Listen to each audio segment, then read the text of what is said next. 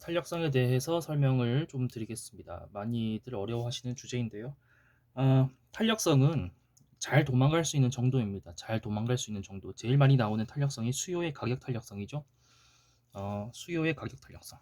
수요의 가격 탄력성인데 정확하게는 수요량의 가격 탄력성이라고 이해하시면 편해요. 자, 요 어렵게 생긴 요 말은 이렇게 이해하셔야 됩니다. 가격이 변할 때 수요량이 얼마나 민감하게 변화하느냐. 가격이 변할 때 수요량이 얼마나 민감하게 변화하느냐 이겁니다. 질문 주신 게 사치품일수록 가격 탄력성이 크고 필수품일수록 가격 탄력성이 작다. 뭐 이렇게 말씀을 하셨거든요. 자, 필수품부터 설명을 해볼게요. 필수품, 필수재. 필수재라는 건 우리 삶에 있어서 꼭 필요한 것들이죠. 뭐 이제 식료품이라던가 또는 뭐 이런저런 생필품들 있잖아요. 뭐 휴지, 뭐 등등등 이런 것들. 이런 것들은 뭐 예컨대 휴지라고 해봐요. 휴지가 싸든 비싸든 우리는 휴지를 써야 됩니다. 그러니까 이런 것들은 대체로 항상 그렇다는 게 아닙니다. 대체로 수요의 가격 탄력성이 낮습니다. 이게 무슨 말이냐면 자, 비싸지면 우리는 덜 사죠. 비싸지면 덜 사는데 그 덜 사는 정도가 적다는 거예요. 휴지가 비싸지거나 쌀이 비싸지거나 하면 우리는 비싸니까 덜 살 건데 덜 사긴 하지만 그 덜 사는 폭이 작다는 겁니다. 비싸지면 덜 사는데 그 정도가 작아요. 그래서 탄력성이 낮다고 하는 겁니다. 탄력성이 낮다, 그 정도가 작다. 반대로 사치제들은 대체로 탄력성이 높다고 얘기하거든요. 대체로 탄력성이 높다. 자, 우리 같은 사람들이 사치를 막 부려요. 예컨대 우리가 사치제라고만 하니까 너무 저기 뭐 람보르기니 자동차 뭐 이런 것들 생각하게 된단 말이에요. 롤렉스 시계 그런 거 말고 우리 소고기라고 생각합시다. 소고기. 네, 소고기도 충분히 사치스러운 음식이죠. 자, 소고기가 비싸졌어요. 그럼 비싸지면 당연히 덜 사요.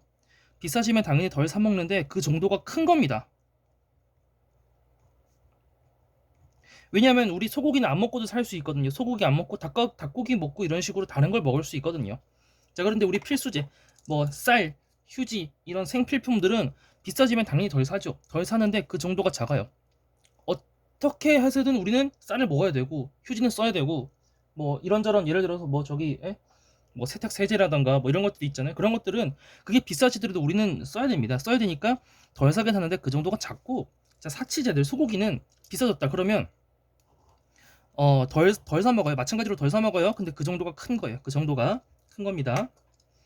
그래서 이 정도로 이해를 하시고 자, 그리고 이런 것도 혹시 보셨을 거예요. 자, 완만 그래프가 완만할수록 탄력적입니다. 그럼 반대면 가파를수록 그래프가 가파를수록 비탄력적이겠죠. 그래서 이거는 많은 저기 선생님들이 뭐 저기 완탄갑인가 뭐 이렇게 저기 앞글자를 따서 아마 저기 가르치실 거예요. 그냥 이렇게만 외우셔도 됩니다. 이건 제가 개발한 건 아니고 저기 김진욱 선생님이라고 행정고시 가르치시는 분 계시거든요. 그 선생님은 이렇게 가르치세요. 완만하면 탄력적이다. 완만하면 탄력적이다. 이렇게 가르치세요. 그러니까 우리 이렇게 외웁시다. 뭐 외우는 방법은 많겠지만 그 외우는 방법을 개발 아직 못하셨다면 아니면 어떤 선생님으로부터 아직 배운 적이 없으시다면 완만하면 탄력적이다 이렇게 외우시고 그럼 반대겠죠. 가파를수록 비틀적인 건 당연히 반대니까 그렇게 보시면 되고 자 그리고 우리 이런 것도 했어요. 이게 수요 곡선이고 이게 공급 곡선이면 여기가 균형이죠. 여기가 경제의 균형이고 여기 위쪽이 소비자 잉여, 여기 아래쪽이 생산자 잉여 이런 거 배우셨을 겁니다. 그래서 소생 저는 이렇게 외우고 있거든요. 소생. 자, 그러면 얘랑 결합하면 어떤 우리가 내용을 알 수 있냐면 자, 다른 조건이 같다는 건 이 공급 곡선의 기울기를 제가 같게 그릴 거예요. 같게 공급 곡선의 기울기를 뭐 조금 다를 수도 있겠지만 같다고 합시다. 자, 완만할수록 탄력적이라고 했어요. 그러면 제가 수요 곡선은 기울기를 두 개를 그릴 거예요. 한 개는 이렇게 완만하게 그릴 거고요. 한 개는 완전 가파르게 그릴 겁니다. 이건 수요 곡선이 완만하고 이건 수요 곡선이 가파르죠. 그럼 얘는 완만하니까 얘는 탄력적이네요. 탄력적. 얘는 가파르니까 비탄력적이네요. 탄력적이냐 비탄력적이냐는 자 요렇게도 요렇게 판단하시면 됩니다. 비싸지면 덜 산다고 했죠. 그러면 원래 요거부터 설명합시다. 다른 종이 한 장 써서 요거부터 설명하고 다시 돌아올게요. 수요 곡선만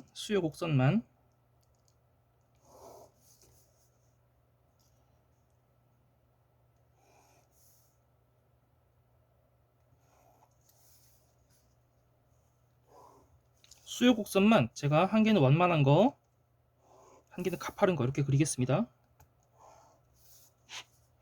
한 개는 완만한 거, 가파른 거 이렇게 그렸습니다. 여기가 P, Q, 그리고 여기도 P, Q 이렇게 되겠죠. 자, 얘는 완만해요. 그래서 얘는 많이 탄력적인 겁니다. 탄력적이면 비싸졌을 때 덜 산다고요. 자, 그러면 우리가 최초에 여기에 있었다고 해봐요. 여기 있었어요. 그러면 가격이 비싸지면 우리는 덜 삽니다. 가격이 비싸지면 덜 사요. 가격이 요만큼 비싸졌다고 해봅시다. 요만큼 비싸져요. 가격이 요만큼 비싸져요. 그럼 우리 덜 사 먹죠. 덜 사 먹는 건 이쪽 방향인 겁니다. 여기는 수량이니까 이쪽으로 가면 수량이 많아지는 거고 이쪽으로 가면 수량이 줄어드는 거죠. 자, 그래서 가격이 요만큼 오르면 자, 그래프가 완만할 때는 이만큼이나 줄여요. 사는 양을, 수요량을. 그쵸? 많이 줄였죠. 많이 줄였죠. 자, 그런데 여기 저기 완만할 때 가파를 때 보시면 가파른 건 이제 가파를 때는 비탄력적이라고 했어요. 비탄력적이란 얘기는 비싸졌을 때 덜 사 먹긴 덜 사 먹어요. 덜 사긴 덜 사요. 하지만 그 덜 사는 정도가 약하다. 자, 그래서 최초에 여기 있었습니다.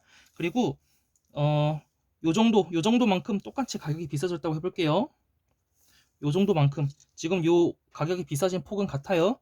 이쪽으로 올라갈수록 가격이 비싸지는 거니까 가격이 비싸지는 폭은 같습니다. 그때 그 수요량이 줄어드는 건 요것만큼밖에 안 줄어들죠. 여기 지금 완만할 때는 탄력적이니까 이렇게 많이 줄어들었는데 여기선 요만큼밖에 안 줄어드는 겁니다. 네, 비탄력적이라서 그래요. 비싸지더라도 쌀이라던가 휴지라던가 이런 것들은 사야 되니까 어쩔 수 없이 사야 되니까 줄이긴 하지만 조금밖에 못 줄인다 이런 겁니다. 자, 그래서 우리 소비자 잉여 생산자 잉여 했다고 했습니다. 자, 여기다가 바로 해버릴게요. 그냥 공복곡선이 여기에 이렇게 비슷한 기울기로 이렇게 있습니다. 그러면 우리 균형은 어디예요? 균형은 여기죠. 그리고 요렇게 그어서 여기 위가 소비자 잉여고 여기 아래가 생산자 잉여라고 했어요. 마찬가지로 여기도 요렇게 그어서 여기가 소비자 잉여고 여기가 생산자 잉여라고 했습니다. 자, 보시면 여기는 소비자 잉여가 작게 나올 수밖에 없어요. 소비자 잉여가 요거밖에 안 나오죠. 하지만 여기 소비자 잉여가 이렇게 크게 나옵니다. 자, 그래서 완만하면 탄력적이고요. 완만하면 탄력적이고 그럴 때는 소비자 잉여가 작게 나와요. 여기는 소비자 잉여가 크게 나오죠. 예, 요 면적이니까 소비자 잉여는 요 면적이니까. 그래서 질문하신 게 수요의 가격 탄력성에서 사치품일수록 가격 탄력성이 크고, 자, 사치품일수록 가격 탄력성이 크다는 건 이게 사치품입니다. 이게 사치품이에요. 사치품. 우리 소고기 생각하라고 했어요. 소고기. 그리고 이게 필수품이죠. 필수제. 사치품일수록 소비자 잉여가 더 증가되어야 하는 거 아닌가라고 하셨는데 사치품일수록 소비자 잉여가 작게 나옵니다. 이 정도로 설명을 드릴게요. 어머, 제가 여기 필수제라고 쓴 거예요.